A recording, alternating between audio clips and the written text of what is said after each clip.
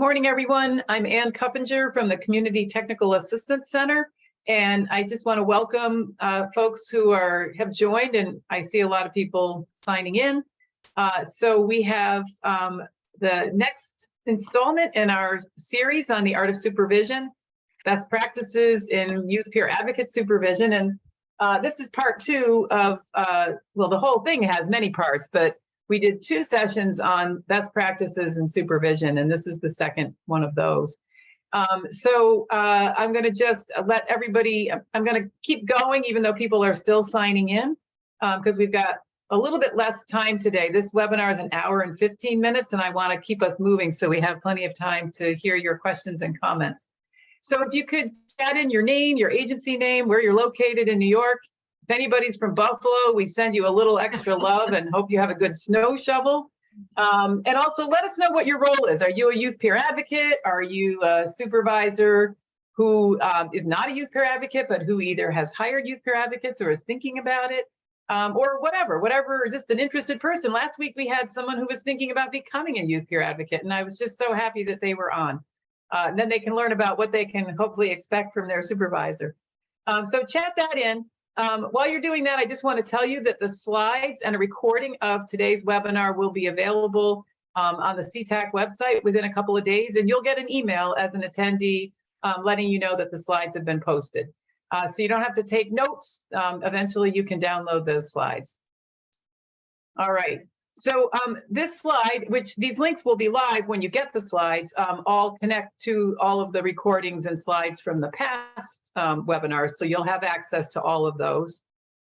And again, I just want to, we have a small group. It's been really nice for all of these webinars. People have been able to chat in or unmute themselves and ask questions or comment on things. So that's the beauty of having a smaller group. And please feel free to take advantage of the expertise of our panelists by participating as much as you're able to today. So I want to give each of our panelists an opportunity to introduce themselves.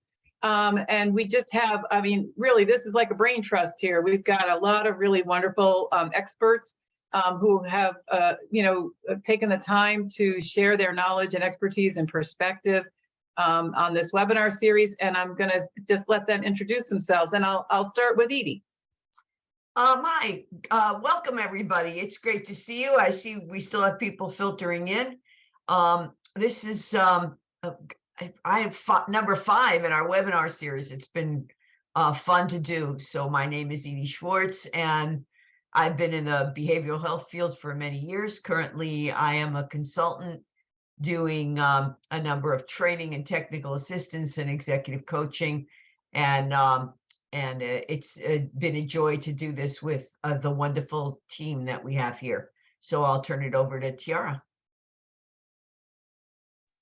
Hi, good morning, everyone. My name is Tiara Springer Love, pronouns she, her, and I am the Director of Youth Power over at Families Together in New York State, and I'll pass it on over to Robbie. Thanks, Tiara. Hey, everyone. My name is Robbie Lettieri. I'm the Youth Peer Services Training and Credentialing Manager at Families Together in New York State. I'll hand it over to Nivea. Hi, everyone. My name is Nivea Jackson. I'm the Youth Peer Advocacy Coordinator at the Department of Health and Mental Hygiene. Welcome. Terrific. And the only other thing I'll say is if any of you experiencing any technical difficulties, Angelique and Vanessa from our CTAC team are here in the background. And you can chat to them by opening up that chat box and chatting to the host, and they can help you, like if you lose your audio or something like that, or if you get kicked off, just come back in and they'll let you back in out of the waiting room. All right, Edie, take it away. Okay, so we're going to start today with just a very short review, just a minute review. These slides are all available for you. We have had a number of webinars and discussions and learning sessions on supervision, and your input has been great. So as Ann said, please keep the input going because it's really wonderful. So there's a lot of goals for YPA supervision that were really shared with us in a sort of strategic planning session we did early on, and here they are. Improving practice, making sure that we have good collaboration, both among our teams within and with community providers, reflecting upon and learning from the actual practice with youth and from our colleagues who work with us, using supervision for that active reflection and learning, sharing experiences that motivate and support the youth that we work with, and making sure that we, while we're doing all of this, that we are caring for ourselves and protecting our wellness. And today's webinar is going to focus on some of the concrete issues that show themselves when we don't focus on our wellness. And lastly, to make sure that we're modeling in supervision what we are asking YPAs to do, that we are modeling mutuality in our supervision session, that we are sharing and balancing power, that we're co-addressing issues that are related to performance, that we're being clear about what those issues are, and we are working together with our supervisees to make a plan for working on those issues. So today, we're going to concentrate on mindfulness, resiliency-focused, person-centered supervision, trauma-informed supervision, and talk a little bit, as I said before, about stress, burnout, compassion, fatigue. And a lot of this work that we're going to talk about today came from some wonderful webinars that were put together by my friend, Dr. Eve Addis, for some work that we did together at the New York Association of Psych Rehab Services. Much of that was focused towards adult workers, and it's really no different for youth workers. And a lot of the things I'm going to say here today, that we're all going to say today, I want you to be really clear, are not focused on, they're not caused by or exacerbated by someone being young. These are issues we all have from working in the field. And sometimes in supervision, we forget that, and we ascribe some of these issues to the fact that we're working with youth peer advocates. And I think what I really want to point out before we get started is we all can fall into this issue. This is hard work. And many of us, whether we're identified peers or not, have a lived experience in the field. That's why we go into this. And many of the issues we're dealing with can wind up creating situations for us that demonstrate themselves in the workplace. So let's talk about being mindful, what it means. We hear this all the time. It means lots of things. I'm not going to read them all, but the real issue is to be present. One of the things that we often talk about in-person trainings and in-person trainings and Zoom trainings is that I'm only going to ask you this and want to see no answers, but how many of you are multitasking while we're talking? Probably 50 to 60% of you. And the issue is that when we're mindful, we're not doing that. We're concentrating on where we are. And in supervision, this is about one of the most important things you can do. It demonstrates that that you care, that you're listening, that you think it's important, and your supervisee can hear you and see you when this happens. We also want in supervision to encourage resilience, and encouraging resilience is really important because these are the traits that make somebody resilient. This is what an individual demonstrates. Their temperament, their personality, their grit, their commitment, their self-esteem. And it's important as a supervisor to encourage that, which will allow for growth and creativity. Stifling it just creates anger and an inability to move forward. And by the way, when I say stifling it, no one's doing that on purpose. There's not one person in our audience who is stifling anybody's resilience on purpose. But there are actions that we do unwittingly that can stifle resilience. And if we're mindful and we're present and we adhere to the safety of a place where people can share and a relationship where people can share, then we are really being careful to encourage resilience. I hope that makes some sense for people. So why would we even think about doing such a thing?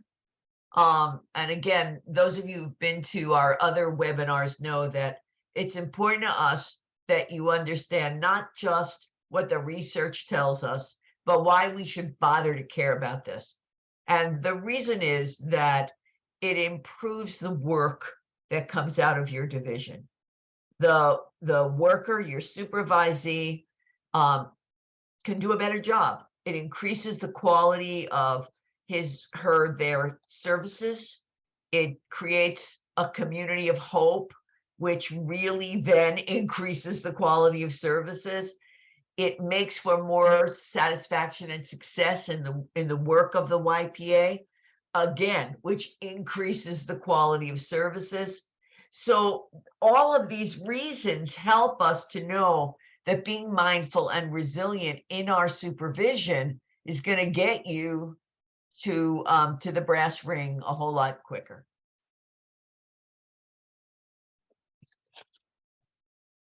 So it's important to have a framework, and that's kind of what this is. It sort of can be critical to the way you think as a supervisor.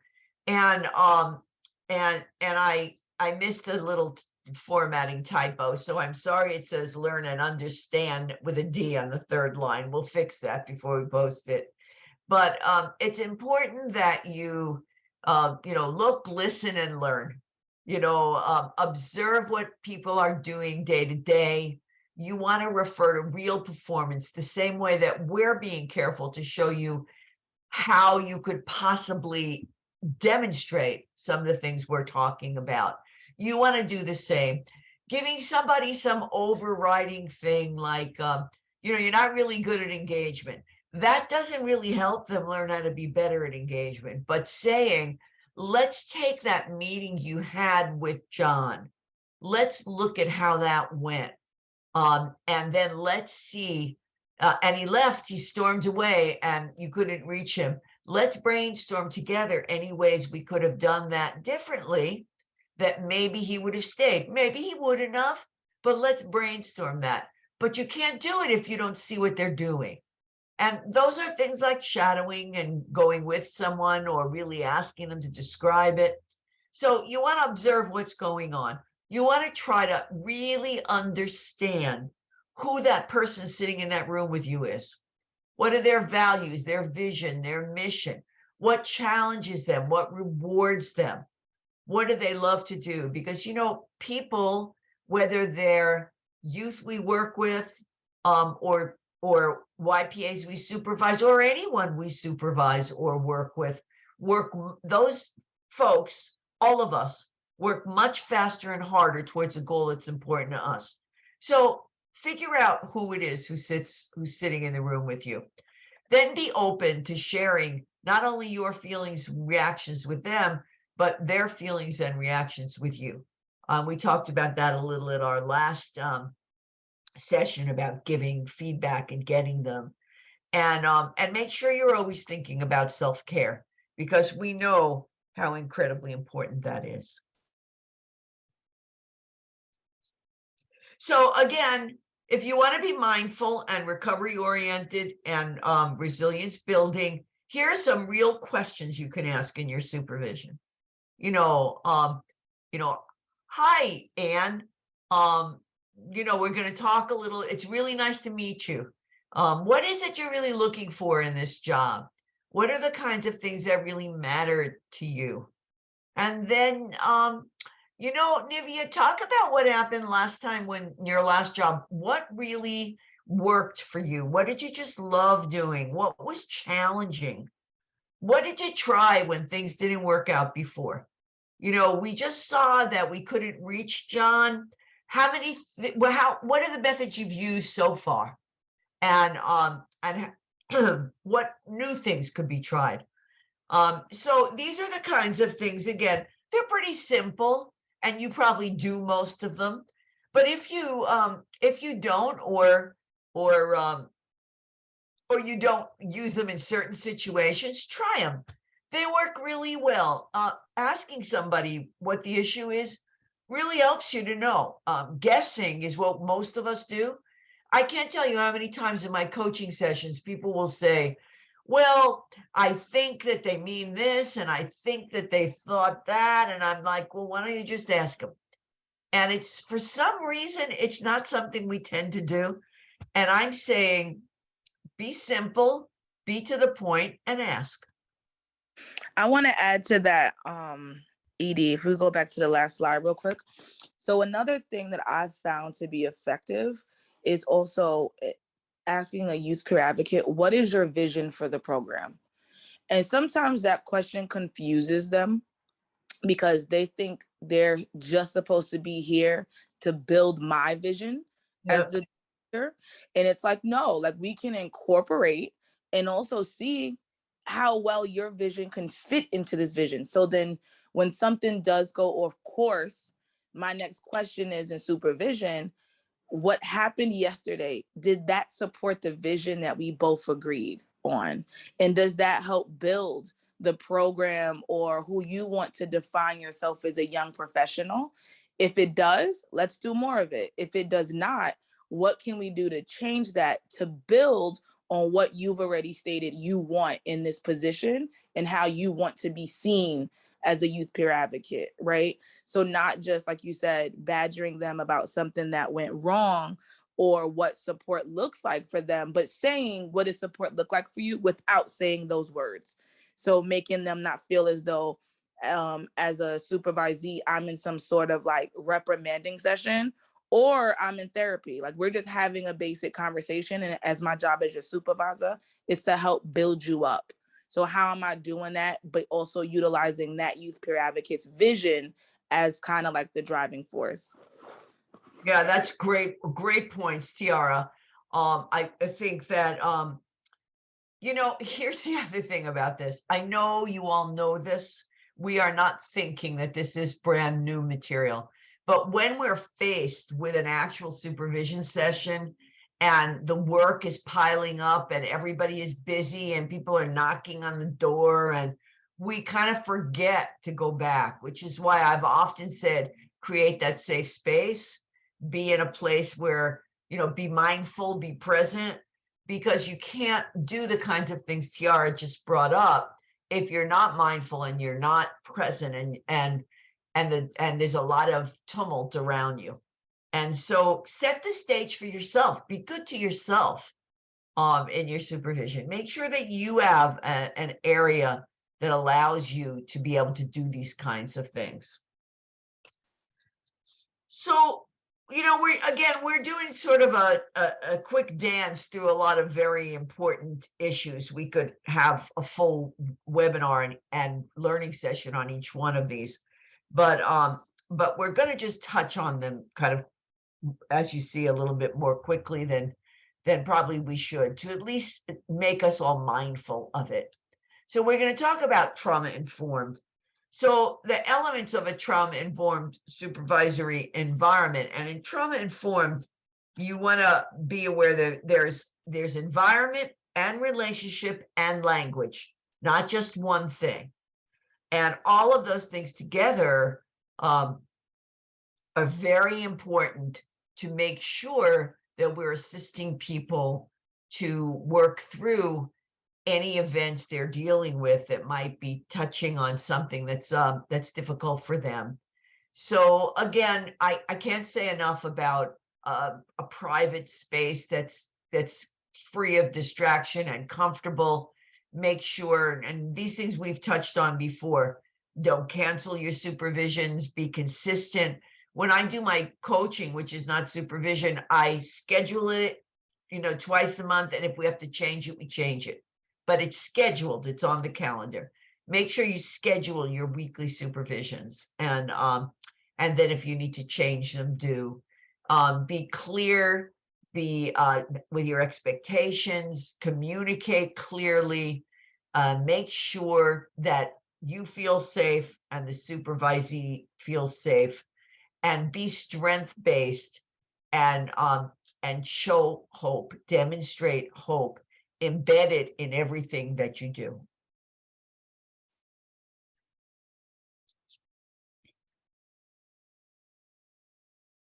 All right, so I just want to touch on the last slide really quick too, which Edie, you pretty much said everything.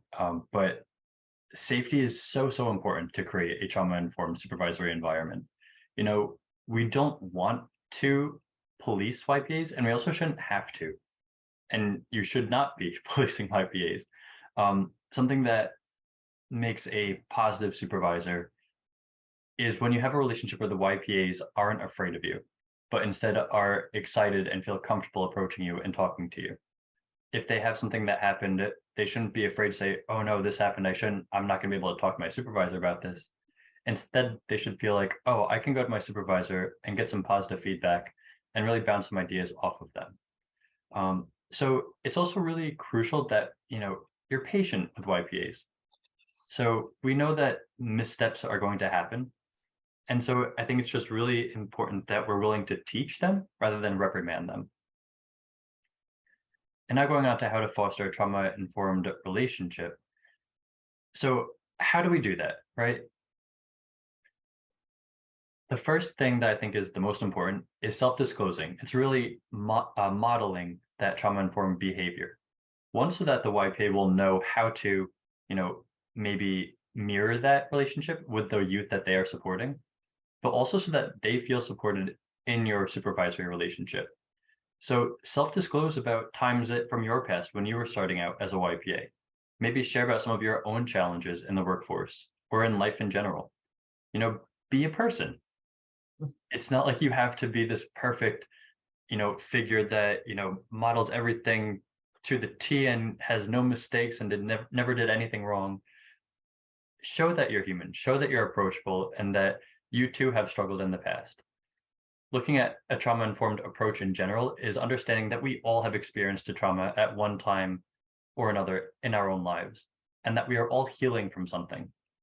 So yes, we all might not be in recovery of a mental health diagnosis or a substance use or anything else like that, but I'm sure that everyone here can think back to one time in their life that truly shifted them as a person, or one thing that really shook you to your core, that changed the way that you handle your relationships, that changed the way that you look at the world.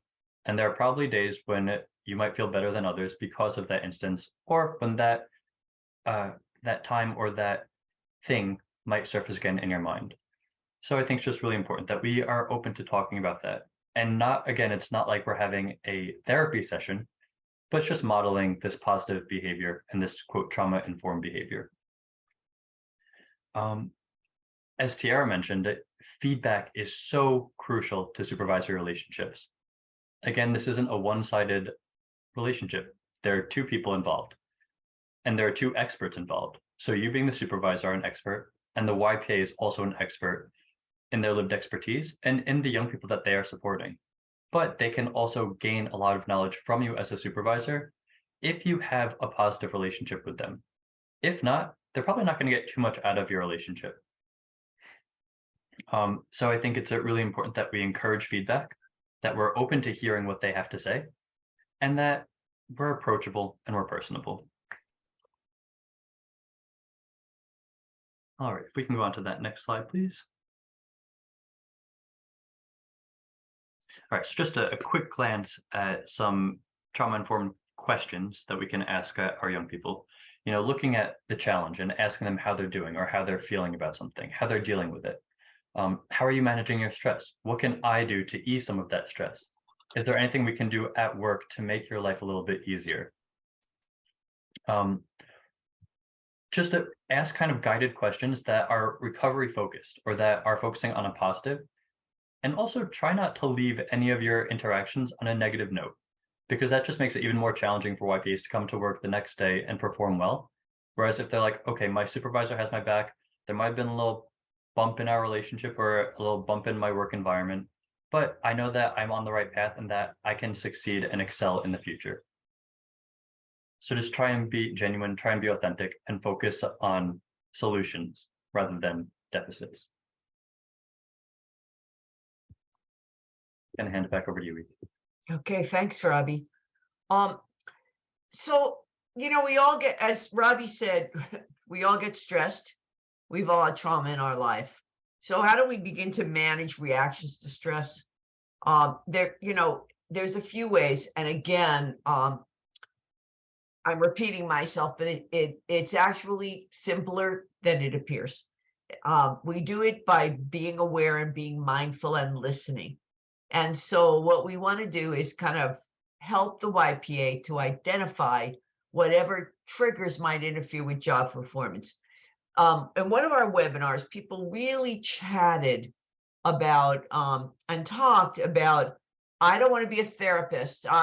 This is all about the work, and we want to do the work, and we want to support that. We're going to talk some more about the line between being a therapist and being a supervisor. But when you're identifying emotional triggers that interfere with job performance, you are not being a therapist. You're being a supervisor. What is it that is going to get in the way of doing the work? I know what my triggers are, my emotional triggers, and I have quite a few of them. And when that happens, I try really hard to manage my reactions to the stress of those triggers. And I go, when I'm lucky enough, having been a CEO, I don't always get a supervisor, but that's a coach's job when you're a CEO. And that's why coaching is so great to have. You need to have someone help you begin to identify how that's interfering with your job performance. And what you want to do as a supervisor is set that up before the issue happens. And then work with the person's strengths to help you again with work-related problems and work-related distress, and develop strategies. When this happens, this is what we're going to do. When this happens, this is what we're going to do. And be mindful, be present, handle things on the job. I see that this happened. How are we going to deal with this? There's a couple of questions that came in, so maybe we can address them. What do you think, guys? I had a quick question, because the questions in the chat kind of go into another topic, but really quickly about the first bullet about identifying emotional triggers. Can you speak a little bit, Edie, to, as a supervisor, how would you advise supervisors to know when they're crossing that line? Because it is a very fine line between, hey, this young person did this to me and it made me feel this way, and now I'm reacting, as opposed to the supervisor then knowing how to respond to that, right? Like, we come up with our plan, we came up with our plan 3 weeks ago, we did the plan, but at what point does it become and begin to turn into counseling as opposed to supervision? That's a great question, Tiara. And I would say that I don't have a clear-cut answer for that, but I will say this. It is very common for supervisors to point something out and say, I bet that affects your personal life as well, and you may want to work on that in your personal work. But you want to stick to how it demonstrates itself in your work. And that takes a long time to figure out. Sometimes it can't be helped. I once worked for someone who who just hit the emotional triggers for me that made me really unable to shine in my job performance, and I had to leave. The person was my supervisor, and there was no changing it. It was a person in a high position. And I tried my best. I knew my triggers.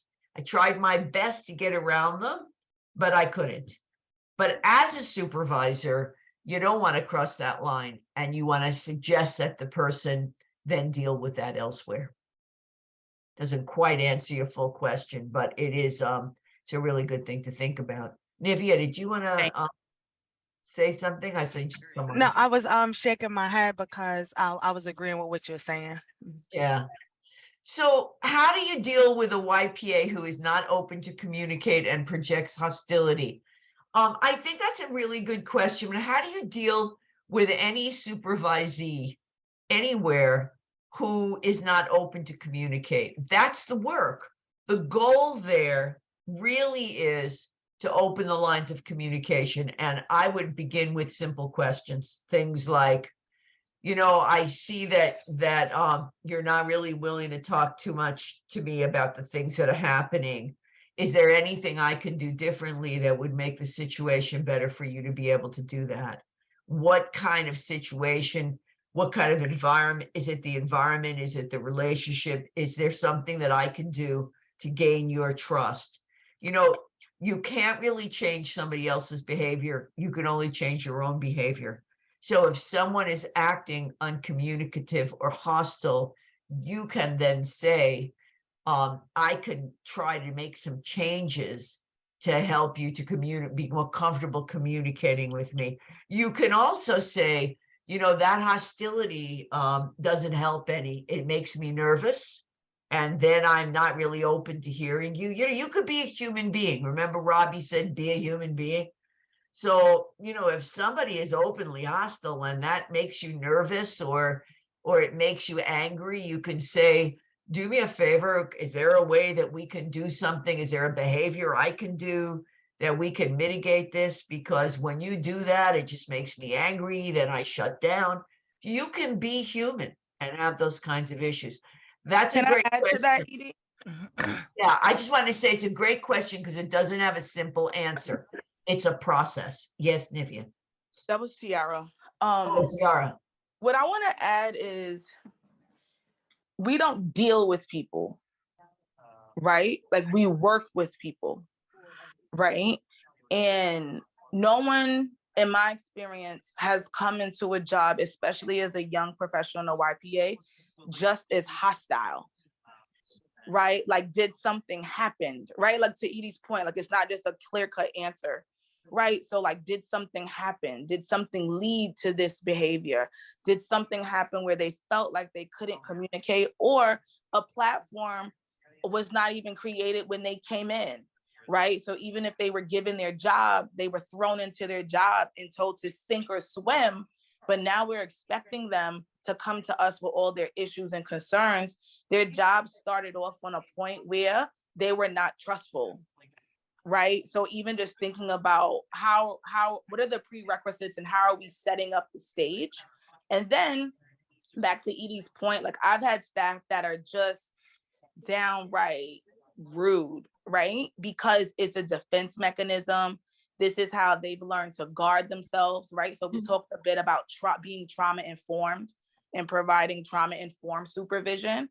So also understanding how our lived experiences have created some of our attitudes, right? And I'll talk for myself. I was one of those nasty people, right? And when I was pointed out in supervision, as Edie spoke about, my attitude and what was going on in my personal life was then impacting my work life, right? And I was expected to deal with my own stuff at the same time as helping another young person deal with their stuff. So in addition to what Edie's saying, it's not an easy question, but also just having that open line of communication and being human. Hey, this is how I'm taking your behavior and I really want to work with you, but how are we going to move forward and what can I do to change? And also this is some of the things that you can do to change too. So regular, if you ask me, like Edie said, it's regular stuff you would do with a friend, basically, you know what I mean? So I just wanted to add that because I think it's just important that we not just think people are just hostile and nasty just because. I see Charlene has her hand up. Charlene, do you want to unmute and say something? Yes, I do. Hi, everyone. Hi. I think a lot of times, especially with young people, you can't do what you don't know how to do. And so a lot of times, what is the world of work? A lot of young people and older people who have not been in the world of work don't understand what their job skills are, what their transferable skills are, what their job related skills are. But more importantly, in the initial conversation, I think that we don't discuss sometimes enough Why were you hired? I want to know, can you do this job? Are you willing to do this job? And will you show up to do this job? Because then you begin to frame it in discipline. And yeah, we got to be nice, but I know as a supervisor that it's the job to hold the line, to expand the line, and we say it in such nice terms, to be in compliance. And it's easy, it's not that easy to teach these skills. And I'll go back to the previous speaker, what she said, when you're coming into a world of work, and the thing that you're thinking about too is money. I just want the money. And you don't understand too. And then you also come in and you had limited training, and the limited training is telling you you're going to change the world. You have the ability to just give this love to the world and people are going to change. But nobody ever told you about the business of recovery, that this is a business.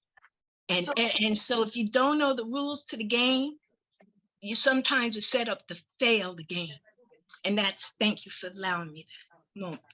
No, absolutely. Charlene, you bring up some really good points, and I think that's really important for us to understand. And I go back to some of the things that we said a little bit prior to this in this deck, this slide deck, which is that and the last one, when we onboard people, it behooves us to let them know what the job is and not to think that they know what the job is. And then we need to get out of our offices and watch people actually do the job, and help them to see the kinds of things that are going on.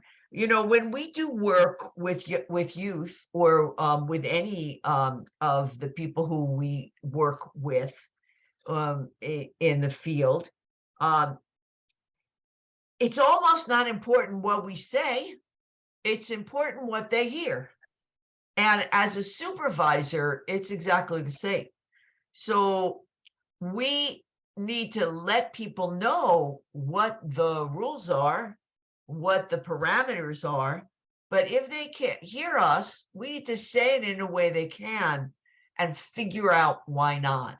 And I think, I just want to reiterate the language, everything else that we talk about is extremely important, because when you say to someone, and I know when we're typing full words in a chat box, we just use quick words. So I realize we're more careful when we talk with people, but it's really important for us to to be able to say things in a way people can hear. And if they can't hear it, we need to rethink how we're saying it. I think I'll move on a little, and Anne, maybe you could just keep track of some of these points, and then we can go back to some of them. What do you think? Yeah, it's people commenting on what other people have said, so I think you're good. Yeah. Good. Okay, thank you, everybody. Just keep chatting and talking and coming in. We love that. So it's great to stop and have a conversation right in the middle of this. It's really fun. You have the slides. You'll have them after. So I want to talk a little bit about compassion fatigue and what that is. So compassion fatigue is a sort of natural consequence of working with people in an authentic way. When you're authentic and you work the way that where you're listening and you're open, and by the way, this is either with youth or as a supervisor, it can happen the same way. And it creates a situation that can really interfere with the work that gets done. And again, I'm not going to read all these. You can read them, but you can see what compassion fatigue is. But look at how it shows itself. So remember when we were talking just before about hostility? That might actually wind up being, as Charlene said, sort of not knowing what it is you're supposed to do, and it could be a defense mechanism. It could be something we talked about in some past webinars that Nivea taught me about, which is that might be a defense mechanism that worked really well for young people when they were living on the streets. And now that they're not and they're working, they can't flip the switch and make that defense mechanism go away. Or it could be a sign of compassion fatigue. It could be that people are being irritable and they're lacking motivation. Recently, someone was telling me about one of their staff in one of my coaching sessions, and I said, I just put this slide deck together, and those symptoms, those things you're telling me are really a sign of compassion fatigue and burnout. And maybe you ought to begin to explore that a little bit. So these are the things here on the right that you want to look for. And they might be not compassion fatigue. They might be the person needs to work elsewhere. They might be the person's having issues at home. They might be the person just doesn't like the job, but they might be compassion fatigue. And it's something for you to explore. Also, I was just gonna add that also it could be very frustrating that the organization that most people work for is stressful within itself, that can causes compassion fatigue, because I notice many youth serving organizations, when you walk into those organizations, they're talking negatively about young people. And it's like, oh my God, I have to come into this building every day. It may not necessarily be the work, but it may necessarily be the environment that you work in, the people that work there. They're not understanding the things they say out their mouth, the elevator pictures.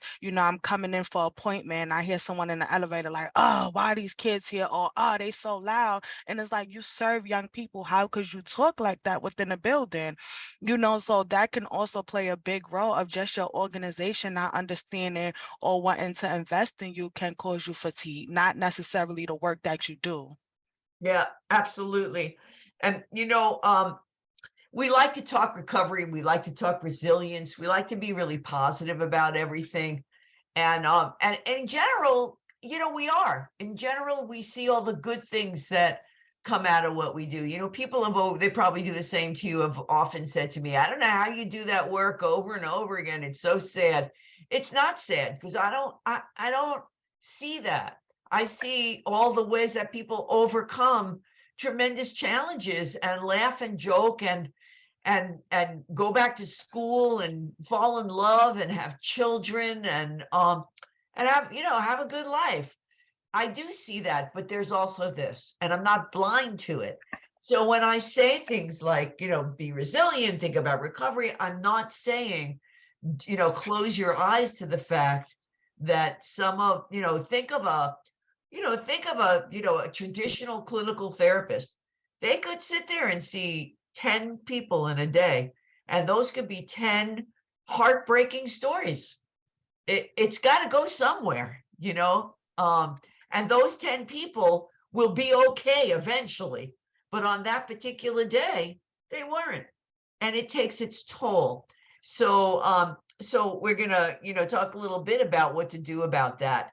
And I think that you can't prevent compassion fatigue, but you can minimize it. And you can minimize it, again, by being mindful, by being supportive, by nurturing hope and reminding people about the outcome. And it's the same in anything that you have. I have a physical ailment that never leaves me alone. And when I'm feeling really awful, under a blanket with chills and a body ache, I think to myself, in 20 minutes, this is going to be gone. You need to do whatever affirmations you have to do to help people know. So that you might say, John doesn't want to meet with you today, but do you remember, 2 months ago, Mary was just like that. And now the two of you are working on her resume and she's going back to school and getting a part-time job. So again, the way to minimize the compassion fatigue is to be able to remember the hopefulness and supervise people through that, being present, being consistent, being strength-based, looking for those good things that come out of everything. And now, just because I have like the downer of the Western world, we're going to move into stress and burnout, because I don't think we've talked about enough bad things today. Right. There you go, Robbie. Also, Edie, like to your last point too, I think it's really important that if we are working with any young people who might be experiencing compassion fatigue, that we really encourage that they utilize their self-care techniques.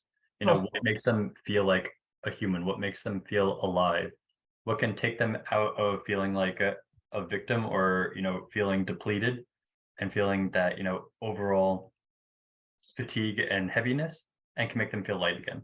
Yeah, that's great. I'm going to try to do that by the end of this slide deck for everybody. All right. So when we're looking at symptoms of burnout and talking about or thinking about, you know, our YPAs potentially experiencing burnout and wanting to prevent that, it's like, how do we stay within the role of a supervisor and not in the role of a therapist, as I've heard a lot of people talk about in the past. And so when we're looking at, you know, symptoms like anxiety or fatigue and, you know, feeling emotionally numb or depressed, that might feel like, okay, it's time for me to put on my therapist or clinician hat. However, as a supervisor, you're there to support somebody. You're there to be somebody, you are looking after somebody that you authentically care about, right? And so maybe that looks like having daily or weekly wellness check-ins. You know, on a scale of 1 to 10, how are you feeling emotionally? And even if it's just a really brief check-in that you can both monitor over time, so that if you see those numbers start to go down, that's like that initial red flag where it's like, oh, what's going on? What can we do to pump the brakes and, you know, see how we can course correct a little bit. Granted, some weeks or days might be lower than others. That's natural. But if we see it progressively getting worse, or it is consistently staying lower than higher, that might be like, okay, how are we going to address this? And also, if your agency or organization offers PTO or paid time off, highly encourage your YPAs to use that. That's an incentive for YPAs to work for your organization. So don't, or just to, again, encourage them to use it. And again, it's really important that you talk about the expectations for using paid time off. You know, you don't want people using time off every single week. But if they have it, it's better to encourage them to use it as needed. Now looking towards the next slide, I believe that's on, you know, secondary traumatic stress, or that vicarious trauma. So these are, you know, this is kind of the path that might, you know, be exposure to then, you know, how do we course correct? However, it's kind of inevitable for anyone working in a helping profession to experience secondary traumatic stress or vicarious trauma. So, and especially YPAs when they might be in recovery of their own traumatic event. But how can you as a supervisor minimize those effects? You can encourage those YPAs to talk about interactions with youth and how it's affecting them emotionally, whether in the past or in the present moment. You can encourage them to talk about how their own past is showing up in their work today, and how we can potentially support them to navigate those experiences and those emotions so that they can effectively support other young people. So I think while it is really important that we encourage that past talk or allow them to kind of dissect what has happened to them in the past, it's really crucial that we continue bringing it back to the present moment and also looking towards the future. So encouraging that change talk. I'll share a little bit about myself when I experienced secondary traumatic stress, or, you know, that vicarious trauma. When I first started out as a peer, and then I became an adult peer trainer, I was facilitating a training for a bunch of, you know, individuals who were trying to become adult peers. And one of them, the topic was on disability rights, and the conversation naturally geared towards, you know, bullying and disability. And so one of the trainees had cerebral palsy, and they were talking about, you know, being discriminated against in the workplace. They were talking about being bullied by people. And this person started crying. And I completely lost all facilitator boundaries. And I just went up to her and I asked, I was like, can I give you a hug? Because it, you know, it really affected me. And as she was crying and I was sitting there with her for a moment, like I immediately absorbed that. And I had to go to the entire class. I was like, hey y'all, let's take a 5-minute break, and let's take a 5-minute break and then we'll come back. And I had to leave, go in the bathroom, lock myself in there, and I cried like a baby.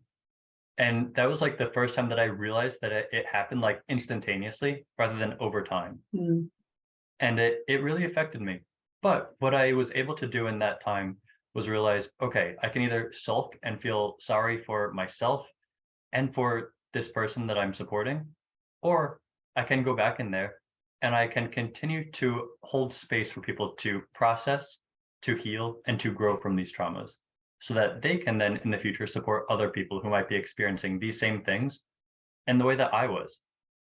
And as emotionally heavy as it was cathartic, and it was a really beneficial experience that solidified my reason and my purpose for being in this workforce. And so I think if we can continue driving that home for our YPAs and bring it back to the why, it can really benefit them. All right, I think that's good for now. I wanted to add to that too, Robbie. I know when I was a youth peer advocate, my supervisor also supervised like 8 other people, right? So that also becomes overwhelming, it becomes challenging, and it becomes a lot. And there were moments where if my supervisor was very clear, like she could not hold space for me on a particular day, she would redirect me to a regional youth partner, or she would redirect me to another coworker or colleague who could provide me with support. Because as Joanna said in the chat, just like Robbie's human, so are supervisors. Like we're all human with a lot to manage. So also figuring out as a supervisor, who's in your inner circle and who do you trust to say, hey, staff person, go over there to Lucy across the hall, because I know Lucy can provide you with adequate support. Me and Lucy have the same brain. We think very similarly, right? So also figuring out who can support the staff that already needs support. So I just wanted to add that in as well, because sometimes we're expected to hold space for others, but we forget to hold space for ourselves. So I just wanted to say, like, for supervisors, you need it in a circle of people that you can send your staff over to when you're also on overload. Good, very good point. I think also, once you begin to do this, and practice your supervision in this way, it becomes very natural. And so our team is actually not on purpose, but they are demonstrating for you how sharing your own story can be used in a positive way, how listening and being mindful can be important in supervision. And again, no one is doing it on purpose. It's because when you begin to integrate this practice into your practice, it will be second nature to be able to use pieces of yourself in your supervision practice. So thanks to everybody for sharing. One more tough thing, and then we're going to move to some ways that you can mitigate a whole lot of this. And that is, I don't know about the rest of you, but the pandemic has been very difficult for me. I have a chronic medical condition, and so I'm super duper careful about COVID, even though I'm vaccinated and boosted on everything you could be. I'm always masked. I don't do a lot of big events. Very different for me. I'm a very social person. I'm always out there. I speak a lot in public. I have a lot of friends. I go to music and theater, movies. And so this changeover from the stress of normal life and fitting that in to the stress of the pandemic and the worry about how it will affect my health has moved it into a trauma situation for me. And I'm really trying to deal with that. I do get angry and resistant. I can get into blaming, those people didn't get any vaccines. I have to watch myself, and I can get into polarization. And I'm trying hard to work on those issues, because when you have something like the pandemic, you have everything is multiplied to the nth degree. And most of our issues have an end, and we don't know when this end is going to be. So we are challenged by what's going on.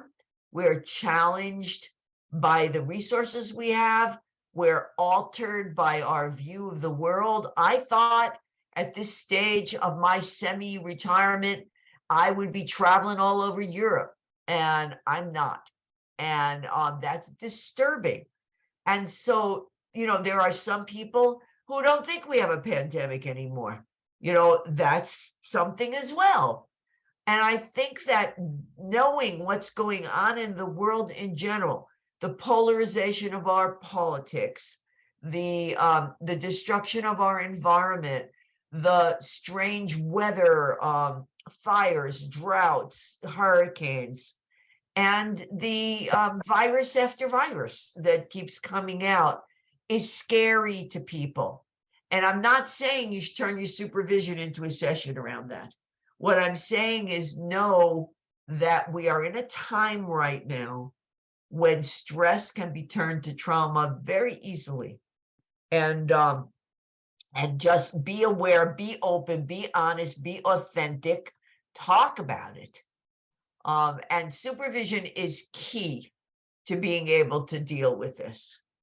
What you want to do is prevent that secondary traumatic stress, the compassion fatigue, and the burnout as best as you can. And that's going to help the YPA to do the best they can do in their job. So what do? You do the things that we have been talking about. Watch what's going on, observe day-to-day activities, use real performance examples in supervision. If you see something, irritability with youth, with someone they're working with, irritability with you, lack of caring about the situation, don't jump to a labeling place. Think about the trauma, the stress, the secondary traumatic stress, and watch it. Go, leave your office, go out with somebody, go have a chat, go watch them in action. Try to really understand what people are doing, who they are. Be curious, ask questions, be open to sharing what you feel, be open to having them share what they feel, and really encourage self-care. I think that we've talked about it. A number of us have brought it up. It's really so important, and it's not so simple. It's not just doing yoga and eating well. Those are great things, but it's a whole lot of other stuff as well. It's making the time for yourself. One of my issues is, in my family, you sort of didn't do that. You took care of other people before you took care of yourself. And which is why I guess we have 2 social workers and an educator in my family. So, but those are the kinds of things that are important to deal with these issues, is to make sure that you are taking care of yourself. And as we wind up, kind of leaving, I want to talk about 2 things. One is the YPA sharing their story. There's a lot, and again, these are full webinars themselves, but I'm going to give like a 2-second, answer to this. Is when is it okay to share? When is it not okay to share? You're going to have to do it person by person, event by event, but you can begin to ask, who's benefiting from the sharing? Is it the people listening or the people talking? That's the first question. And then you want to make sure that you provide not just space. I don't mean like a place. I mean space, like holding space for someone. You want to create an atmosphere through your relationship, through your environment, through your language, in supervision, for the YPA to practice sharing their story, so that they can know when it is the time to share and when not. Because you know what? It's a learned skill. It doesn't come from osmosis. This is actually an intervention, like conjoint family therapy, or like EMDR, or any other intervention that's done. Sharing your story is a tool. It's a tool in our toolbox, and people need to learn how to use that tool and when to use it. And we talked a little bit about this, and I want to spend a minute saying, be careful about turning supervision into therapy. And there are lots of questions, lots of answers about how, but keep it on work. It's very simple, really. It really is. Keep it about work. Be all the things we talked about, but the issue is, how does it affect the output of the person you're working with? It's tricky. It's a balance. You need to be aware of wellness, compassion fatigue, stress, burnout, secondary trauma, everything. But you really are about job performance. And you know what? No one you supervise should come to their performance eval and be surprised by what you say. Give positive and negative feedback all along the way, because your job is to help people move forward and change behaviors that are challenging so that they can get to the outcome they need to get to. So I'm going to ask you to reflect on these things, and we could chat in a few answers. You can unmute yourself and talk, or you could just think about them. How are you going to ensure that supervision is sacred?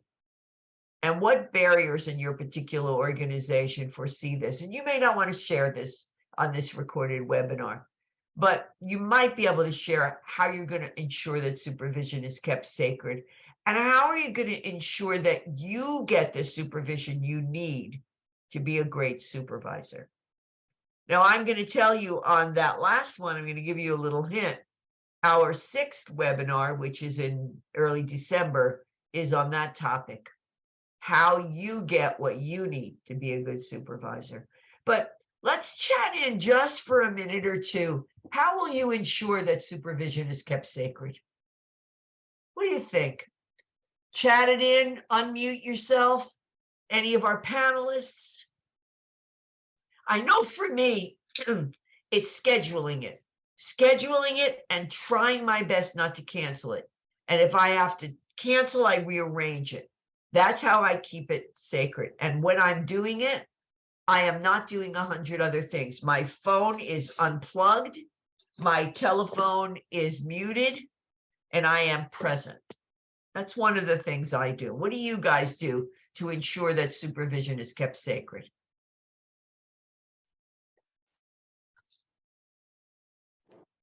This is Felipa. Jacqueline's saying build trust and confidentiality. Oh, sorry, Felipa. I'm sorry. No, Well, go. I try to do the same thing. This is my first time that I'm doing supervision. I have an intern actually.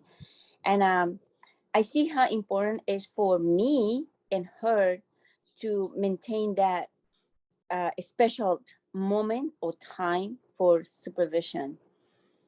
So I think consistency and be present is very, very important for me too. Absolutely. Someone's written in, making sure to set the same time aside every week, reschedule if missed, have a great rapport, having set agendas, very important, sharing it with my supervisee so they can add their own agenda items. We've talked about that in the past as well.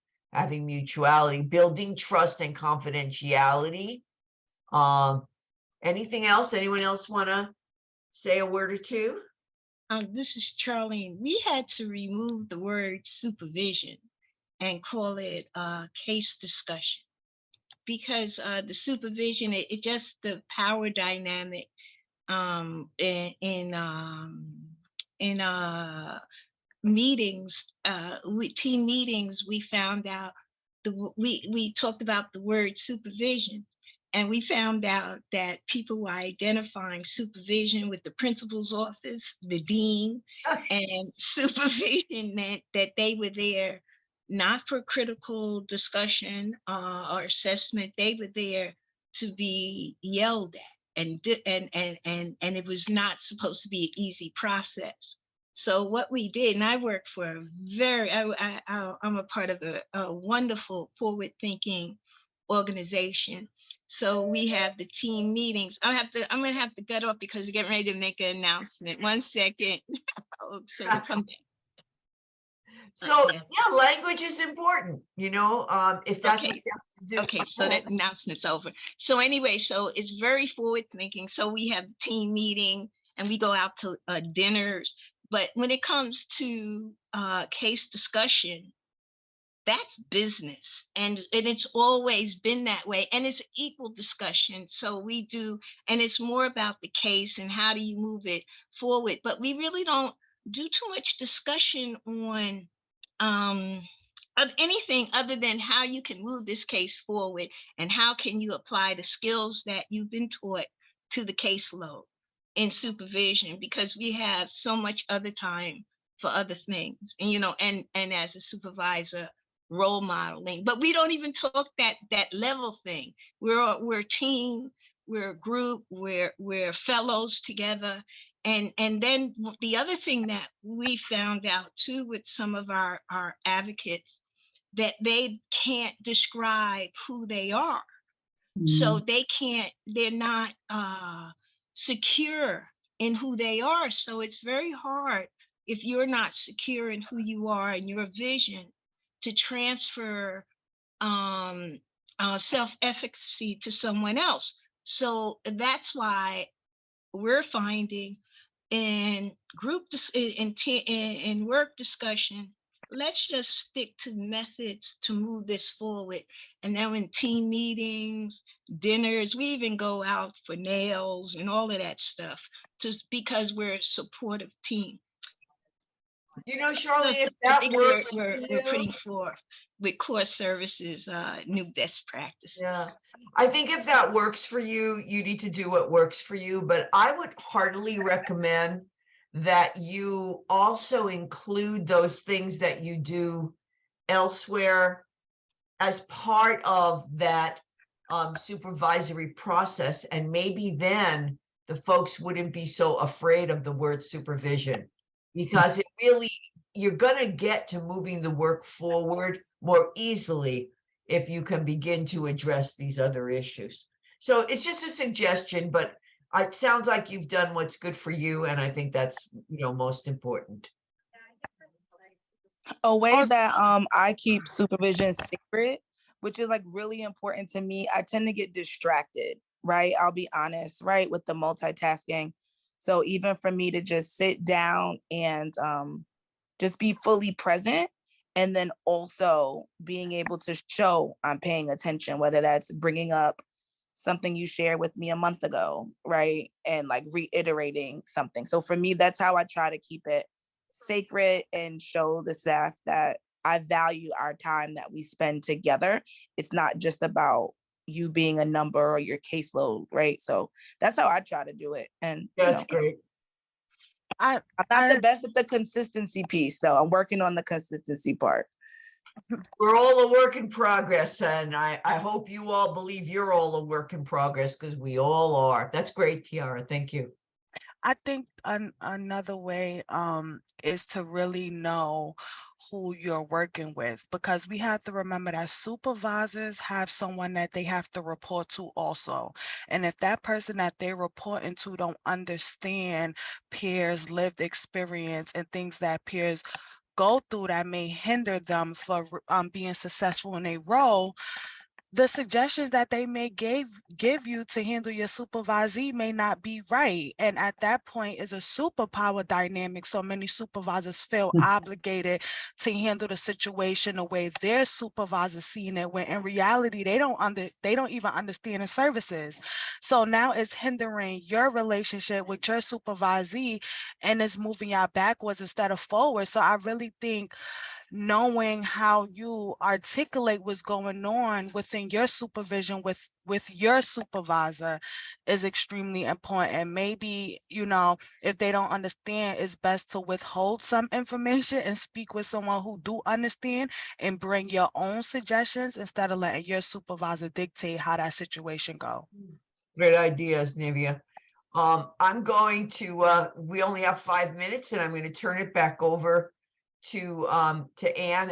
And in saying goodbye for this webinar, I want to point out to you that YPAs may challenge you as a supervisor. They don't need more or anything terribly different than anyone else needs, but sometimes we treat them as if they do, because they have a fresh and unique and different worldview than some of us who are older or may not have a lived experience or may have a more clinical background. And in facing that challenge, we sometimes can negate it by accident. And I think that being mindful helps you to not do that. So remember mutuality, create a partnership, however you set it up. As I said to Charlene, you want to set it up in a way that works for you and your organization, but set it up through a sense of mutuality, through a sense of safety, through a sense of trust, through a sense of hope. And remember that it's not your job to turn a YPA into a therapist. Your job is to turn a YPA into the best youth advocate that they are, and nurture, turn is a bad word, and nurture their best self into moving forward in their work responsibilities. And with that, I'm going to turn it over to Anne. And I just want to, before I do a couple wrap-up slides, see if Ravi or Tiara or Nivea have anything else they want to say. No, thank you. You No, good? thank you. Okay. All right. First of all, I want to thank all of our presenters. They've all worked really hard together to kind of pull together this content based on their experience and their knowledge of what's going on out there in the field, especially with youth peer advocates. I know I learn a lot every time I come on here, and I think about things just a little bit differently. And I hope those of you who came today, and thank you so much for taking the time to come, I hope you really got something out of this. The next webinar in the series is webinar 6, Managing Up, assuring that you have what you need to be the best supervisor possible. And I think if you're a supervisee, you might find some strategies in here for how to help your supervisor better support you too. So that's on December 7th, 11:30. It'd be an hour and a half long. You may already be registered for it. When you get these slides, you can click on this link and register for it, or you can visit the upcoming events calendar on the CTAC website. And I want to just let you also know that when you get these slides, you'll see some additional resources. CTAC has kind of a collection of webinars and tools and things like that related to youth peer support. Families Together in New York State also has resources in general on youth peer support, but also on the training and credentialing process. If you have any questions about that, Ravi is a wonderful resource for all things training and credentialing at Families Together. If you're struggling out there, there are people that we can connect you to help you really help youth peer support thrive within your organization. This is another couple of resources on a toolkit on hiring family and youth peer advocates and looking at your organization's culture to think about whether you're the kind of place that anyone would want to work, but in particular a youth or family peer advocate. I'm going to just also remind everyone that our team has posted, if you scroll up in the chat, you'll see a link to a Qualtrics survey. It's just a few questions. I would really like everyone, if you could, to click on that link now and just answer a couple of questions. It'll give us some feedback on how this webinar was for you. And you can also let us know what other topics are important to you for us all collectively to cover in the future. And so with that, I just want to thank everyone for your time today and for Janet, I think that was your name in Buffalo. Good luck. And I hope I hope everyone has a pleasant afternoon. Thank you so much. Bye, everybody. Bye.